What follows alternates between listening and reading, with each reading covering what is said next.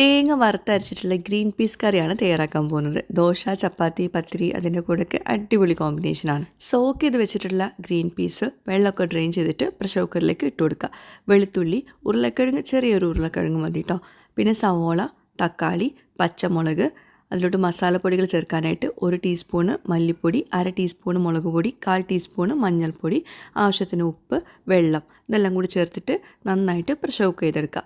ഈ green peas വേവുന്ന വരെ പ്രഷർ കുക്ക് ചെയ്തെടുക്കണം. ഇനി തേങ്ങ വറുത്തത് റെഡിയാക്കാൻ വേണ്ടിയിട്ട് 1/2 മുറി തേങ്ങ ചെരുവിയത്, മഞ്ഞൾപ്പൊടി, കറിവേപ്പില, ചെറിയ ഉള്ളി ഒരു 3 എണ്ണം ചെറുതായിട്ടൊന്ന് ചോപ്പ് ചെയ്തത്, പിന്നെ വലിയ ജീരകം ഒരു 1/4 ടീസ്പൂൺ എല്ലാം കൂടി ഒന്ന് വറുത്തിട്ട്, വല്ലാണ്ട് വറവാക്കേണ്ട ആവശ്യമില്ല, എല്ലാം കൂടി ഒന്ന് വറുത്തിട്ട് നല്ലൊരു മണം വരുന്ന സമയത്ത് നമുക്ക് പേസ്റ്റ് ആക്കിയിട്ട് അരച്ചെടുക്കണം കേട്ടോ.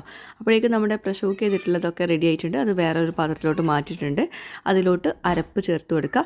എന്നിട്ട് തിള വരുന്ന സമയത്ത് ഓഫ് ചെയ്യണം കേട്ടോ. അത് വല്ലാണ്ട് തിളച്ച് മറിയരുത്, അപ്പം കറി പിരിഞ്ഞ പോലെ തോന്നും. ഇനി വേറൊരു പാനിൽ വെളിച്ചെണ്ണ ചൂടാക്കിയിട്ട് ചെറിയ ഉള്ളി വറുത്തെടുക്കുക, കറിവേപ്പില ചേർത്ത് കൊടുക്കുക. അതിലോട്ട് കുറച്ച് മുളക് പൊടി കൂടി ചേർത്തിട്ടുണ്ട്. അപ്പോൾ അങ്ങനെ ആകുമ്പോൾ വറവിട്ട് കൊടുക്കുന്ന സമയത്ത് നല്ല ഭംഗിയുള്ളൊരു കളറായിരിക്കും നമ്മുടെ കറി. അപ്പോൾ നമ്മുടെ തേങ്ങ വറുത്തരച്ചിട്ടുള്ള ഗ്രീൻ പീസ് കറി റെഡി ആയിട്ടുണ്ട്. പത്തിരിയുടെ കൂടെ ദോശയുടെ കൂടെ ഒക്കെ അടിപൊളി കോമ്പിനേഷനാണ്.